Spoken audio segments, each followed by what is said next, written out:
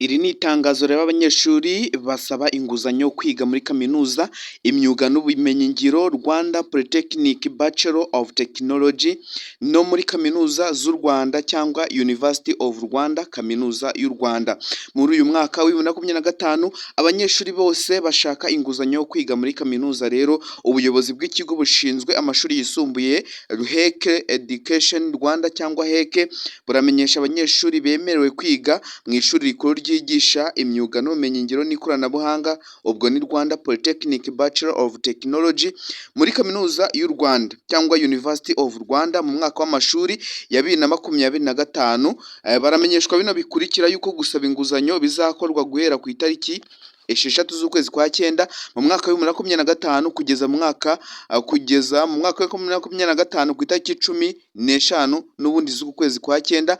Gusaba inguzanyo bizakorwa icyumweru kimwe nyuma y'ayo matariki guhera ku itariki 6 kugeza ku itariki 9 z'uku kwezi.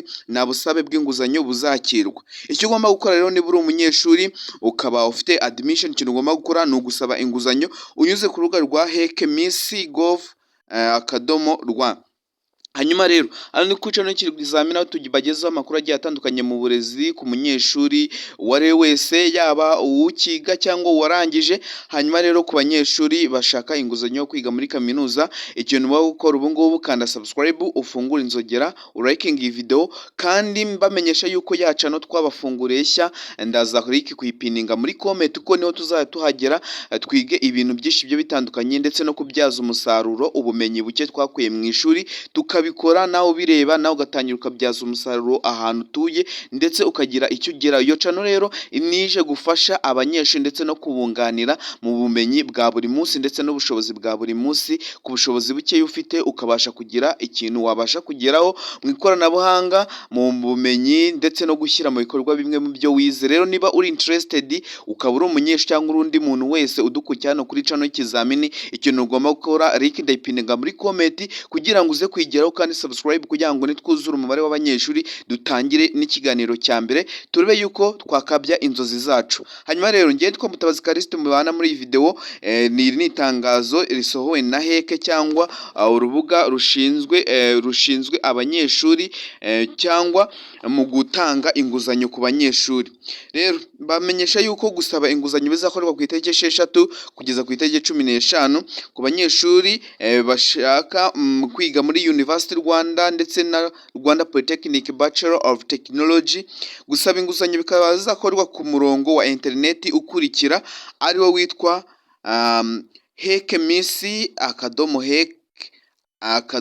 hec.mis.gov.rw hanyuma akarongo kaberamye. Rero gusaba inguzanyo ugomba kuzuza neza amakuru yose asabwa. Ubusabe bwujujwe nabi cyangwa butujujwe neza mu bisabwa ntabwo buzasuzumwa. Rero ikintu ugomba gukora ni ukurikirana tukakwereka uburyo ki ibintu ubyuzuza step by step.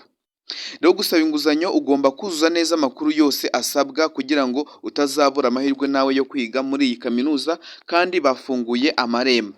Hanyuma reka twigire ku kindi. Bavuga yuko abemerewe gusaba inguzanyo ari abarangije amashuri yisumbuye mu mwaka w'2024 gusa cyangwa abahawe equivalent na NESA yerekana yuko barangije mu mwaka w'2024 ku bize hanze cyangwa ku bize muri porogaramu zo hanze bakaba bafite iyo equivalent, ndetse n'abahawe imyanya muri Bachelor of Technology muri Rwanda Polytechnic nabo ibyo ngibyo bikazasuzumwa. Abo ni abemerewe gusaba inguzanyo, ubwo nafite equivalent ya NESA yuko bize hanze cyangwa hakaba ari abanyeshuri barangije amashuri yisumbuye mu Rwanda mu mwaka w'2024. Hanyuma abafite equivalence basabwa kuzuza neza amakuru yabo harimo nimero y'irangamuntu, nimero ya equivalence, huzuzwamo index number neza ndetse nta kwibeshya ndetse n'andi makuru yose azasabwa na HEC Rwanda kugira ngo ubusabe bwo kubona iyi kaminuza buze kwemerwa. Ikindi aricyo cya nyuma batangaje ni ukuvuga ngo abanyeshuri bahawe imyanya muri kaminuza nkuru y'u Rwanda cyangwa University of Rwanda basanzwe barahawe imyanya n'inguzanyo muri Rwanda Polytechnic ntibemerewe gusaba inguzanyo. Ibi ngibi rero byabaye ku itariki 5 z'ukwezi kwa cyenda mu mwaka wa 2025 bisinywaho n'umukono w'umuyobozi wa HEC Rwanda Dr Edouard Kadozi. Ngira ngo uri kubona yuko iri ni itangazo rya HEC risohowe ku itariki 5 rimenyesha abanyeshuri bose bashaka inguzanyo kugira ngo baze kureba buryo ki babona inguzanyo. Ikintu usabwa ni ukuba rero ufite equivalence ku muntu wize hanze, ukaba wari yarangije umwaka w'amashuri awe ya 2024, hanyuma ukaba uri umunyeshuri iyo wahawe inguzanyo muri University of Rwanda cyangwa muri University z'u Rwanda, hanyuma ugahita usaba muri Polytechnique, icyo gihe ntago ubusabe bwawe buzakirwa. Ikindi kandi ni ukuzamo ibyangombwa byose bisabwa kugira ngo ubashe kubona iyo nguzanyo. Rero ikintu ugomba gukora ni ugukurikira iyi channel y'ikizami kugira ngo tubagezaho amakuru nk'aya ngaya kandi tubagezeho ukuntu ibintu bikorwa. Njye nitwa Callixte Mutabazi mwabanye muri iyi video. Hanyuma ikintu ugomba gukora kuri iyo channel nshya twabafunguriye, niba uri interested mu kubyaza umusaruro bimwe bike mu byo wamenye, kuko hano ni ishuri ry'abantu barenga 14,000 dufite ubumenyi bugiye butandukanye, gutumira umuntu akaza akatugezaho ikiganiro ndetse akatwereka n'ukuntu ibintu bikorwa ni ibintu byiza cyane nk'umunyeshuri. Ikintu ugomba gukora rero ni ukanda subscribe, ukalikinga video ndetse ukaza kwisharinga inshuti zawe kugira ngo nabo badacikanwa no mu mahirwe. Hanyuma link ndaza kuyipininga muri comment ibanza, uraza kuyibona. Reka tuze guhura mu yindi video itaha. Ku banyeshuri rero mwarangije mu mwaka wa 2024 mushyizwe igorana ndetse na HEC kuko yabibutse, kuko guhera ku itariki 9 kugeza kuri 15 rero ni igihe cyiza cyo gutangira gukora application. Bye bye, reka nako guhera ku itariki 6 kugeza kuri 15. Reka mbashimire rero mwe twabanye kugeza kuri uyu munota. Niba twabanye kugeza kuri uyu munota, yandikira muri comment umbwira ati turi kumwe, hanyuma dukomeze n'ibindi biganiro bireba abanyeshuri cyangwa uburezi bw'u Rwanda n'andi makuru yose akugeraho ku gihe iri tangazo rya Higher Education Council cyangwa HEC. Bye bye, reka tuze guhura mu kanya.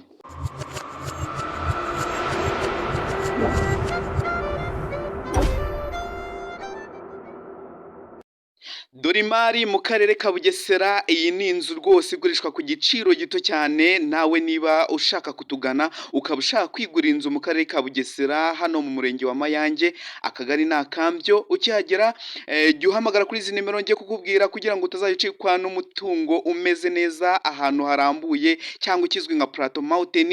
Iyi ni inzu ya kadasiteri imeze neza, ifite ikibanza cya 25/30. Iyi ni inzu imeze neza, abaturanyi muri kubabona. Hanyuma rero hamagara kuri 0772198324 kugira ngo utaza gucikanwa n'aya mahirwe. Iyi nzu ni gucika ni yawe ku mafaranga make cyane ufite. Waduhamagara tukakugezaho iyi nzu ukaza ukayisura kugira ngo umenye yuko ari inzu imeze neza, ifite amakaro meza, ikaba ifite salo nziza, ikaba ifite parafo nziza. Ni inzu rwose udakwiye gucikwa. Hanyuma rero hamagara izo nimero 0772198324 tukugezeho iyi nzu nawe wayisura, hanyuma tuvugane ku mafaranga make cyane wifitiye hano mu karere ka Bugesera, ahantu hatari imisozi, ahantu harambuye heza cyane. Ndagushimiye, hamagara nonaha.